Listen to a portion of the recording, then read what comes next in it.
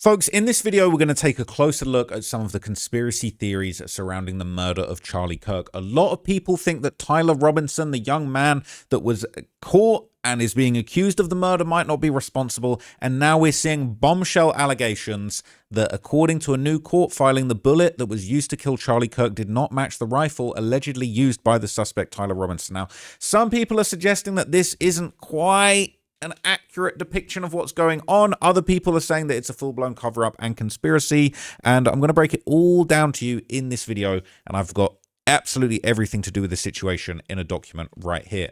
So just to take you back, okay, there was a recent controversy when the former director of the National Counterterrorism Center, Joe Kent, who recently resigned from the government, actually claimed in a recent Bombshell interview that the FBI has actively blocked his attempts to investigate Charlie Kirk's You believe death. There was reason to investigate foreign ties to Charlie Kirk's murder and were told by the FBI, DOJ? FBI and DOJ, yeah. No, you're not allowed to investigate that. Stop. It's done. Basically cut off our access to be able to get into that information. I didn't even say necessarily that I believe there's 100% foreign ties. There were data points that we needed to investigate that pertained to some kind of a foreign nexus that we were stopped from investigating. That just strikes me as inconceivable that that could happen. What were you told was the reason to prevent you as a federal intelligence official from looking into the murder when you had reason to look into it? We basically were told that, hey, we'll get back to you if we find any kind of foreign ties. Meanwhile, we had already dug up a decent amount of leads. Again, I'm not saying that we had anything concrete, but we found more work that we needed to do. We were then told, you guys need to stop. You can't work on this anymore. So he's saying that he was told to stop working on it. Okay, the rumor that a lot of people have spread around is that Israel might have had something to do with what's going on. Now, I thought that was a pretty far-fetched theory, but there are things that people are saying kind of gives more credence to that theory. Now, Joe Kent would also highlight that Charlie Kirk had been vocally opposed to war with Iran, and he had a very critical stance on Israel, and you know, a lot of people believe that might actually be the true reason that he was Last time I saw Charlie Kirk on this earth was in June in the West Wing in the stairway. That's a tight space. I said hi to him, and he looked me in the eye, and he said very loudly, "Joe, stop us from getting into a war with Iran." So when one of President Trump's closest advisors, who is vocally advocating for us to not go to war with Iran and for us to rethink at least our relationship with the Israelis, and then he's suddenly publicly assassinated, and we're not allowed to ask any questions about that. It's a data point that we need to look into. That's a very interesting theory, and before his death, apparently Charlie Kirk had been documenting a pretty significant, you know, public shift in his views, especially regarding Israel. He had a lot of things to say about Israel, and a lot of people feel like when you start talking about Israel, be careful when I say this. They're going to try to ethnically cleanse Gaza. I mean, I don't use that term lightly, okay? They're talking about basically removing 2.5 million people from there, okay? And let me tell you, my pattern recognition over the last 5 years has become pretty sharp. COVID, Maui fires, you know, Epstein. When I see a story and it doesn't click, our guts are usually right. So he's saying a lot without saying a lot, to be completely honest with you, right? I mean, he's saying that they're going to do ethnic cleansing in Gaza. A lot of people have said that. The way he laughed maniacally there, honestly, was quite chilling. I don't like it. Gaza. I mean, that's... And I don't really like the way he kind of sensationalizes some of these things, and I do feel like he was very good at riling people up about topics. He was good at giving little tidbits and teasers of information, but then kind of not giving too much information beyond that. And look, some of the stuff that he thinks about Israel, I personally wouldn't agree with. He would basically allege that the October 7th attacks in Israel might have been an inside job intended to suppress domestic protests against Benjamin Netanyahu. Now, look, I don't think that it was an inside job. I think it was a really horrible thing. I think Israel has struck back much, much harder than they were hit originally. That's what's upset a lot of people. But the idea that this is an inside job, I don't personally buy it, but he was spreading some pretty extreme theories with some of the Let me just kind of go through this. We don't talk about Israeli politics very often, and most Americans don't know this. The last 9 months, Israel was on the brink of civil war. It's not an exaggeration. This judicial stuff, there were hundreds of thousands of Israelis taking to the streets because Bibi Netanyahu was basically redefining the Israeli constitution. That's not an exaggeration, right? He said the judicial branch has too much power. There were protests planned this week against Netanyahu, where they anticipated tens of thousands of people to take to the streets. That's all gone, Patrick. Netanyahu now has an emergency government and a mandate to lead. I'm not willing to go so far that saying that Netanyahu knew or there was intelligence here, but I think some questions need to be asked. Was there a stand down order? Was there a stand down order? 6 hours? I don't believe it. Israel's the size of New Jersey. When I took a helicopter ride from Jerusalem to the Gaza border, it's 45 minutes. 6 hours. They're live streaming the killing of Jews. Did somebody in the government say stand down? That is a legitimate, non-conspiracy question. The whole country is the IDF. The whole country is. Yeah. And you're trying to tell me that they're going to concerts and kibbutzes and schools and by reports 6 hours. Let's say it's 3 hours. And let me just kind of go through this. We don't talk. So he's very good at doing that thing where it's kind of like, look, I'm just asking questions. I'm just asking questions. Now, look, I don't think that it was an inside job, but hey, I'm not fully educated on the topic, okay? And you guys can give me your opinions on the situation. But it clearly, honestly, it was a horrible thing, and it definitely led to some very serious repercussions. But interestingly enough, okay, following Charlie Kirk's assassination, even Benjamin Netanyahu apparently came out to say, look, Israel had nothing to do with any of the events that surround this situation. Israel many times, the whole country's a fortress. When I first heard this story, I still have the same gut instinct that I did initially. I find this very hard to believe. I've been to that Gaza border. You cannot go 10 feet without running into a 19-year-old with an AR-15 or an automatic machine gun that's an IDF soldier. Right, the whole country is surveilled, and so let me just kind of go through this. We don't talk about Israeli politics very often, and most Americans don't know this. The last 9 months, Israel was on the brink of civil war. It's not an exaggeration. This judicial stuff, there were hundreds of thousands of Israelis taking to the streets because Bibi Netanyahu is basically redefining the Israeli constitution. That's not an My bad. I think I had the wrong clip there, but this basically was Benjamin Netanyahu kind of officially denying, the disgusting rumor that, Israel had anything to do with Charlie Kirk's death. Joseph Goebbels, the Nazi propaganda minister, said that the bigger the lie, the faster it will spread. Well, somebody has fabricated a monstrous big lie that Israel had something to do with Charlie Kirk's horrific murder. This is insane. It is false. It is outrageous. Charlie Kirk was a giant, a once-in-a-century talent who defended freedom, defended America, defended our common Judeo-Christian civilization. Charlie loved Israel. He loved the Jewish people. He told me so in a letter that he sent me just a few months ago. One of my greatest joys as a Christian, he said, is advocating for Israel and forming alliances with Jews to protect Judeo-Christian civilization. He encouraged me to make the case directly to the American people about how vital Israel is to U.S. national security. He told me, the Holy Land is so important to my life, it pains me to see support for Israel slip away. Now, if Charlie disagreed with a policy of mine or a decision here and there, not only did I not mind, I welcomed it. This is the essence of Charlie. This is the essence of a free country. It's exactly what Charlie stood for. And I knew that his suggestions always came from the heart, from his love for Israel and from his love for the Jewish people. A few weeks before his death, I spoke to Charlie. I invited him to visit Israel again. And sadly, that won't happen. Now some are peddling these disgusting rumors, perhaps out of obsession, perhaps with Qatari funding.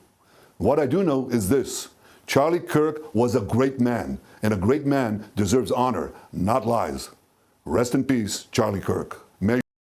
Now, the fact he's even making this denial, my little conspiracy brain does feel like it's a little bit much. Like, somebody that leads a country, are you even going to waste your breath responding to nonsense like this if it really isn't true? But also at the same time, clearly there was a degree of respect and actually a contact between Netanyahu and Charlie Kirk. But interestingly enough, back to the actual day that he passed away, on the day of the shooting, some observers noted 2 individuals standing behind Kirk who apparently appeared to be using coordinated hand signals. Now,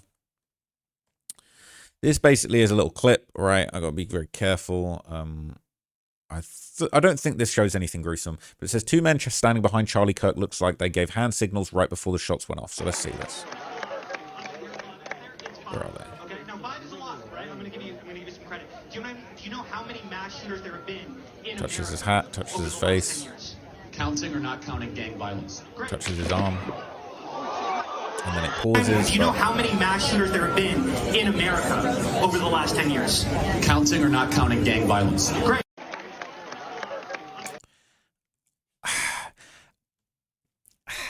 So look, all right, Some people are saying could be regular security signals to other security on the ground. I'm sure as F. I'm not standing down range within 5 feet of a target if plotting something as effed up as this. Everyone misses. Everyone has bad days. Exactly something fishy about this assassination, but no one stands that close to a target. I agree. I wouldn't stand there if I was the best sniper in the world and he was my best friend. Bullets can ricochet, wind shift. I totally agree. No one would stand right in the line of fire right next to the guy to make a hand signal. It's just cap. Says you'll need a longer video to compare their behavior throughout the whole speech. Were those gestures singular, or did they happen before in a similar manner? Did they look at a specific person in the crowd and stand willingly in the line of fire? It seems very risky. I'd give a low probability of this being what you think it is. They're saying the Epstein vote was today, right? That's what's really going on. It's a distraction. But anyway, there's been other analysis of alternative angles of the shooting and the footage, and this has highlighted what some people have said is very strange physics regarding the 200-yard elevated shot that actually took Kirk's life. So this is Charlie Kirk, the alternate angle analysis. It says frame 1, this is pre-impact. That's exactly where he is standing or sitting on the stool as he is delivering his speech. And they're saying that that's where the bullet would have come through. So it's saying frame 2, impact, C2, cavitation will propagate into the chest and neck. Frame 3, expansion of the chest launches the chain upwards, cross catches on shirt, tension snaps chain and whips it upwards and backwards. The angle aligns with the leaked autopsy reports regarding C2 down damage and explains his chain motion as a consequence of back-to-front cavitation. If you look at the audio waveform, especially from the angle over Frank Turek's shoulder, you can clearly see the whip crack signal in the audio shortly after the bang. So people are saying the way the expansion of the chest launches his chain upwards. Interesting. Cross catches on shirt, tension snaps chain and whips it upwards and backwards. It says if he was shot, wasn't there a camera right behind him at that angle that was manhandled immediately after the incident? Saying Terrell Farnsworth moved Kirk's bloodstained chair to get it. I read on another post about a bullet being shot from camera technology. That's a bit long. I don't know if I believe that. It said a bullet hitting your neck could easily create an airburst that puffs out your shirt like that, though. So it's all about the chain motion. The chain is under tension because of the pendants at the front. It says nobody finds it odd that no crime scene investigation took place. Section an area off with that yellow crime scene tape and let detectives and other trained technicians, including crime scene photographers, possibly collect evidence. You would think a public murder would warrant following regular procedures and protocols. Gee, I wonder why absolutely zero of this was done. It says I guess they immediately started destroying the scene a day or two afterwards. The post really seemed to be moving for the first 2 hours, then it was abruptly throttle. I don't know if I believe that. I don't think that really shows us enough to believe anything solid. Now, interestingly enough, okay, so despite being hit with a high-powered round, apparently the bullet actually failed to exit Kirk's body, a result that ballistic testing on anatomical replicas of a human has apparently failed to replicate. People are saying the bullet would have gone out. And I'm going to aim towards the front left of our ballistic dummy neck, 45-degree angle, and we are shooting slightly downward as well. So I also have to hit the vertebrae because that's allegedly what redirected this bullet.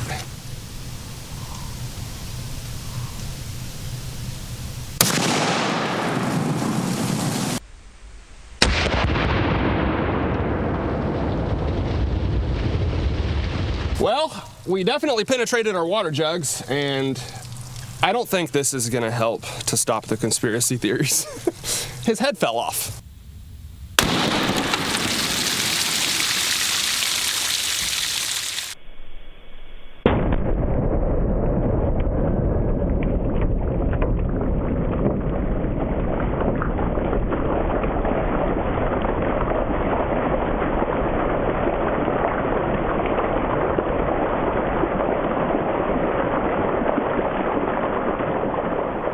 All right, guys, I figured this is probably what would happen. I was trying to remain optimistic, but that right there is why people are skeptical on the official story. The 30-06 is a very hard round to stop. So we actually lost the top half of the vertebrae right there, and you can see the bullet hole going straight through it. So I imagine it was probably connected like that, and it just took a massive chunk right out of it. It also shifted the entire thing a little bit to the right, and then you can see the wound cavity in the ballistics gel right there.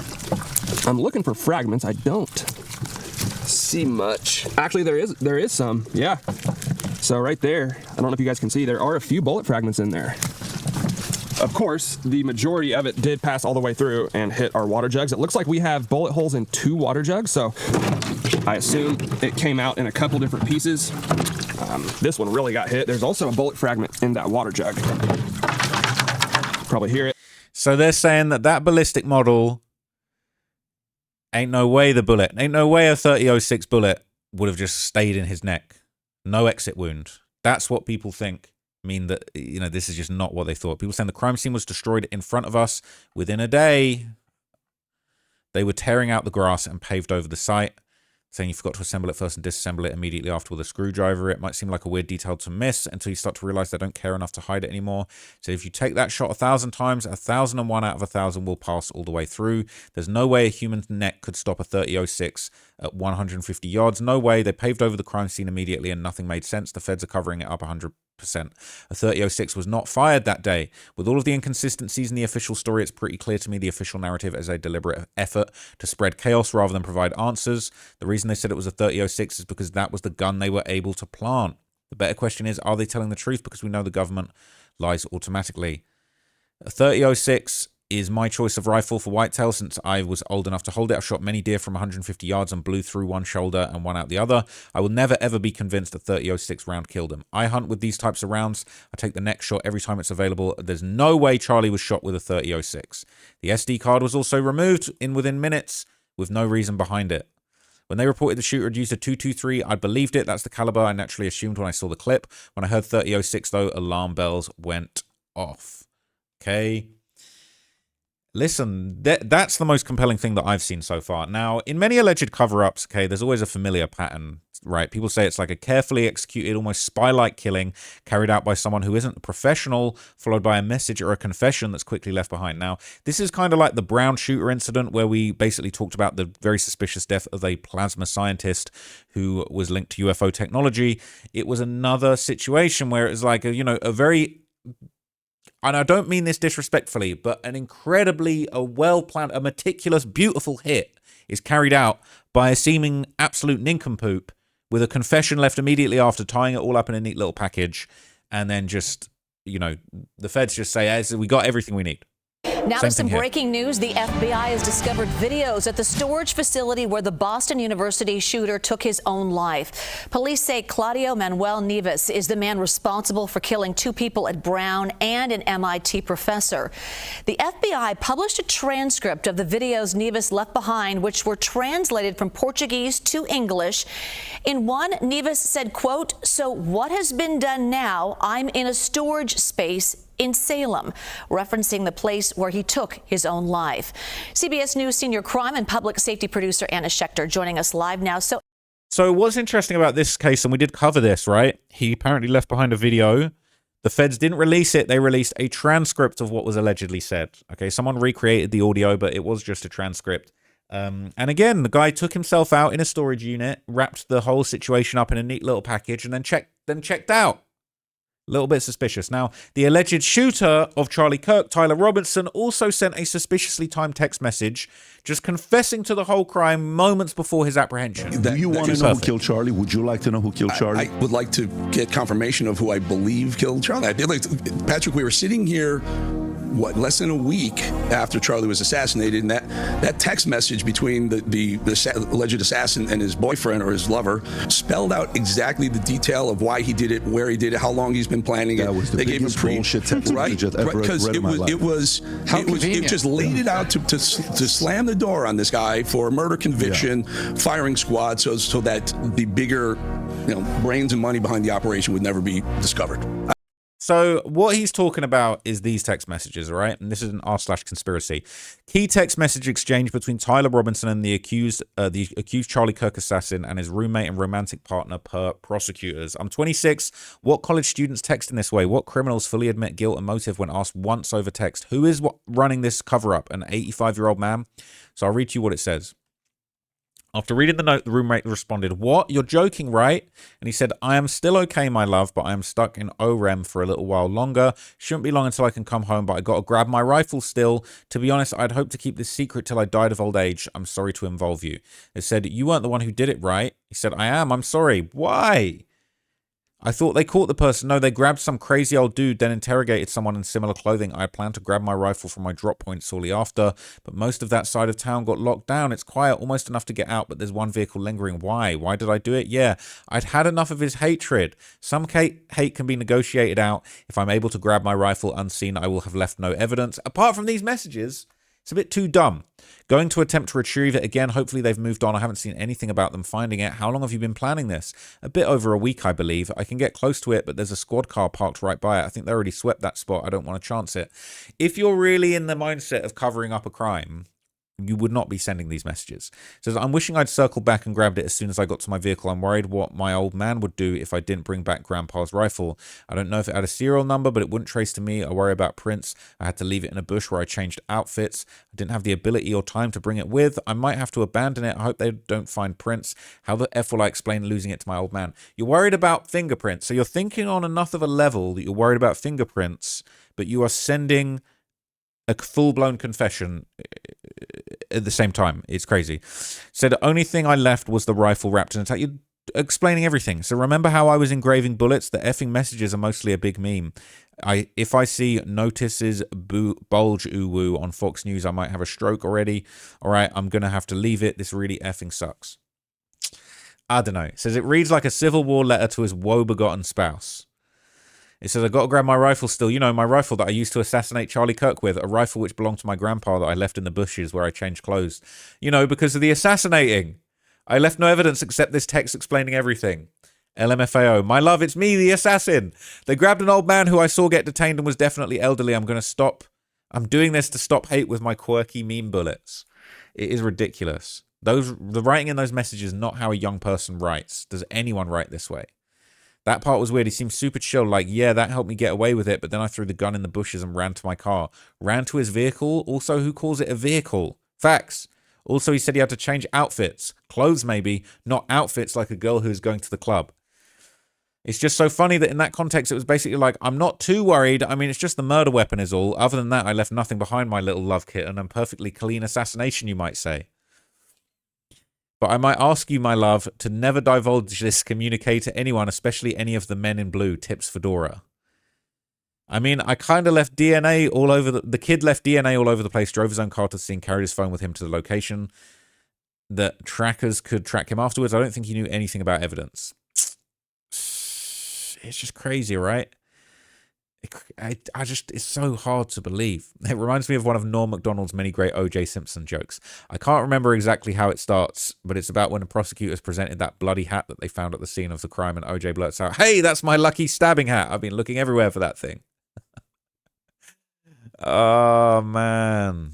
It's just insane. I just can't believe it. I have a really hard time believing that in a short text exchange, the alleged shooter makes a confession, confirms location of the weapon, confirms type of weapon, confirms it was wrapped in a towel, confirms his motive, exonerates the decoy, George Zinn, admits to the bullet engravings, confirms the wardrobe change, confirms how long he's been planning it, discloses the existence and location of a now destroyed pre-written confession note, randomly tells his boyfriend that his dad is a diehard MAGA, as if he wouldn't already know given the nature of their relationship, and is worried about his dad, grandpa, being upset if he doesn't come home with the rifle, not the fact that he just used it to commit murder, not to mention a 22-year-old terminally online Zoomer using phrases like squad car, drop point, swept the area, my vehicle, died of old age, my old man. I keep focusing on the bullet saying "owo," and in the exchange it says "uwu." That bit really stood out. The bit that really stood out was when he was asked how long he'd been planning it, and he says, a bit over a week, I believe. Like, what? You're not sure? Nobody speaks like this, especially Zoomers. They're saying, why would this even be released in an active investigation? Like, none of this should even be close to the public at this point. The administration thinks we're Truman from the Truman Show movie, and even I knew what was up. It says, how do you do, fellow kids? Bro, this is some Elder Scrolls Morrowind shit. Go home and write in your journal about how you murdered a wood elf because he caught you cranking it to some mud crabs. What the F? I'm not a conspiracy guy, but this reads absurdly fake. No kid texts like this, and no kid certainly conveniently answers all questions in unprompted in text. It's absolutely absurd. It conveniently covers everything. A confession of the crime, motive, advanced planning. Covers the crazy old dude, where the rifle was hidden, where he got the rifle from, and the engraving of the bullets. What a joke. Oh, and my love, to be clear, they were romantically involved. It's insane. Reads like a novel, not a text exchange. Ugh, it's just crazy, okay? So apparently there was also the Discord messages that were sent the day after the shooting that allegedly showed Robinson discussing the event before he turned himself in custody. So this was the alleged Discord message sent by Tyler Robinson the day after the shooting. Charlie Kirk got shot. Dead. I just saw the video. Holy shit. RIP, I guess. Bro didn't even deserve to go out like that. Sad. And then this is allegedly the shooter. Hey, guys. See, now, I didn't believe it was a conspiracy, but I don't really think I believed that it was Israel, but like, bro. Hey, guys. I have bad news for you all. It was me at UVU yesterday. I'm sorry for all of this. I'm surrendering through a sheriff friend in a few moments. Thanks for all the good times and laughs. You've all been so amazing. Thank you all for everything. I simply don't believe that the reportedly apolitical Robinson would hit a 200-yard shot to the jugular before posting a confession to his Discord. This really doesn't line up, especially considering the messages to his partner. Deleted comment. Do they really think we're that gullible? Hold on, everybody. I have to go do social and thank my Discord friends. Oh, let me confess too before I turn myself in. I need to get this horrible and pointless thing off my chest. The name screams bot account. I don't believe anything that the FBI releases. So sketchy. Also, what 20-year-old calls a car a vehicle and his dad my old man? Super sketchy. It is in Utah. Apparently every Utah 20-year-old does that. All right, I would say my old man, but I'm not a Zoomer. Seriously, who wrote this? He was 22, right? Where was the Gen Z lingo? The meme references the alternate spellings. Listen, Gen X, a Gen Z doesn't write farewell to their pals like it's a business send-off. He supposedly wrote the word vehicle twice. This is some boomer shit. Most 22-year-olds talk like normal people over text, I found. I doubt if he just shot and killed someone and he was about to turn himself in, he'd chuck in a couple of XDs in there. But then again, I'm effing old, so what do I know? All right? I don't know. Right? So look, here's where it gets crazy. Why haven't we heard about DNA or fingerprints? We keep hearing about Discord messages, but it's clear this dude is an internet troll. FBI said his DNA matched the gun and towel. Let's see about that. So photographs will be released of Tyler Robinson apparently on the day of the assassination. It shows him in 3 different distinctive outfits in a very short time frame, okay? So this is apparently him. He's had his outfit changed, right? Changes his fit, changes his costume a bunch of times within a few hours. So blue cap, red shirt, grey shorts, blue backpack. Then blue cap, American flag shirt, grey jeans, black backpack.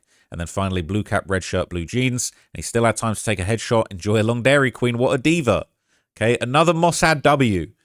Mission successful. Tyler didn't shoot Charlie. That person was on a private jet back to Israel. All right, these guys aren't really buying it.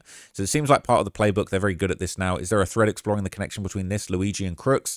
Seems like a very flexible way to cover tracks with minimal risk. You mean doing a lazy job of covering it up? So all that effort and he still couldn't fool those pesky surveillance cameras. And also, I left you a handwritten note saying I did it, but also I was expecting to take this to my grave and never tell anyone. Also, here's where I left the gun. Here's everything I know from the scene of the incident, despite me being 100 plus yards away. And also, I did this because I'm a leftist. Is that everything you needed? Okay, bye. And not once is it clear how the F he's holding a rifle in any of these. Exactly. Where's the rifle? Up his ass? Where is the rifle? Maybe planted it there early, right? Changing pants and dismantling a Mauser in record time. Changing from shorts to grey blue jeans. The grey jeans gave him 25 agility to be able to engage with quick hands and dismantle the rifle in less than 5 seconds. Later to put it together again, leave it in a towel in the woods with his DNA on it. Genius. I mean, if he was trying to evade the police and FBI after assassinating a public figure, I'd probably change my clothes 3 times in a couple hours too. Not that I necessarily believe that he did it. Whatever happened with the limp, got rid of it with the costume change. Had he stayed in the same outfit for 2 hours, you'd say, how suspicious is it he didn't change clothes multiple times after just having assassinated someone? What an interesting way to view the mountains and mountains of things that point to Tyler not being the shooter. Is that you, Bibby? They think it's Bibby. So look, I'm going to circle back now and I'm going to deliver to you the bombshell that we all know was coming. This is the Daily Mail article that breaks it all down, okay, but it has been reported all over the media. Bullet used to kill Charlie Kirk did not match the rifle allegedly used by suspect Tyler Robinson, a new court filing claims. So this says the bullet that killed conservative commentator Charlie Kirk may not match the rifle used by suspected killer Tyler Robinson, a Bombshell new court filing states. Robinson, 22, is facing capital murder charges. Excuse me. Robinson, 22, is facing capital murder charges and a potential death sentence for Kirk's murder at the Utah Valley University on September the 10th. But his defense attorneys now argue that the Bureau of Alcohol, Tobacco, and Firearms and Explosives was unable to identify the bullet recovered at autopsy to the rifle allegedly tied to Mr. Robinson. The defense team may now offer the ATF firearm analyst testimony as exculpatory evidence. They said in a motion filed on Friday to push the preliminary hearing back at least 6 months. It also notes that DNA reports filed by the FBI and ATF will take time for the defense team to analyze because of reports indicated several different DNA samples were found on some items of evidence. As these cases indicate, determining the number of contributors to a DNA mixture and determining whether the FBI and the ATF reliably applied validated and correct scientific procedures is a complicated process which requires the assistance of various types of experts, including forensic biologists, geneticists, system engineers, and statisticians, all of whom must review and evaluate several different categories, the filing states, according to Deseret News. I ain't heard of them before. Robinson's attorneys added that they will have received 20,000 electronic audio files, videos, and written documents that prosecutors presented as evidence in the case. There he is. That's where it went down. So it says the defense team has devoted and will continue to devote significant resources to processing discovery, including identifying materials not yet received to inform readiness for the preliminary hearing, the filing states. However, the defense team is realistic and the comprehensive review required to determine what is missing will take hundreds of hours. What is known at present is that Mr. Robinson has not yet received the forensic case files and data necessary to investigate. Through the use of qualified experts, the scientific reports the state intends to introduce at the preliminary hearing. The attorneys continued. Defense attorneys and prosecutors previously met on March the 12th, and based on that meeting, the defense said in the motion it believes prosecutors will introduce discrete buckets of evidence through 3 identified law enforcement witnesses at the preliminary hearing. This includes a conclusory forensic DNA and ballistic report authored by the FBI and the ATF, social media data, testimony by law enforcement officers about the crime scene and search locations, and testimony by Mr. Robinson's parents and roommate, as well as a significant amount of hearsay from non-testifying peace officers. Prosecutors alleged that Robinson drove 3 hours from his home to the university campus to kill Charlie Kirk. That's apparently the gun. Matt said he recognized his own father's rifles in the images released by police amid the manhunt. So he was turned over to authorities by his own father, Matt, after he recognized his own dad's rifle in the images released by police amid the manhunt for Kirk's assassin. Tyler's grandfather had given him the rifle as a gift before he used it to kill Kirk, and he recognized the unique gun. Matt texted his son asking him for a picture of the family heirloom, which the suspect could not provide, according to the police. In a text exchange between Tyler Robinson and his roommate and partner Lance Twiggs, the alleged killer claimed the rifle was the only evidence he left behind. If I'm able to grab my rifle unseen, I will have left no evidence. Going to attempt to retrieve it again. I can't talk today. It's embarrassing. Hopefully they have moved on, he allegedly wrote. I haven't seen anything about them finding it. Robinson also reportedly wrote about planning to get the weapon from his drop point, but that area was locked down. I'm wishing I circled back and grabbed it as soon as I got to my vehicle, he continued. I'm worried about what my old man would do if I didn't bring back Grandpa's rifle. I don't even know if it had a serial number, but it wouldn't trace to me. I worry about the prints. I had to leave it in a bush where I changed outfits. I didn't have the ability or time to bring it with me.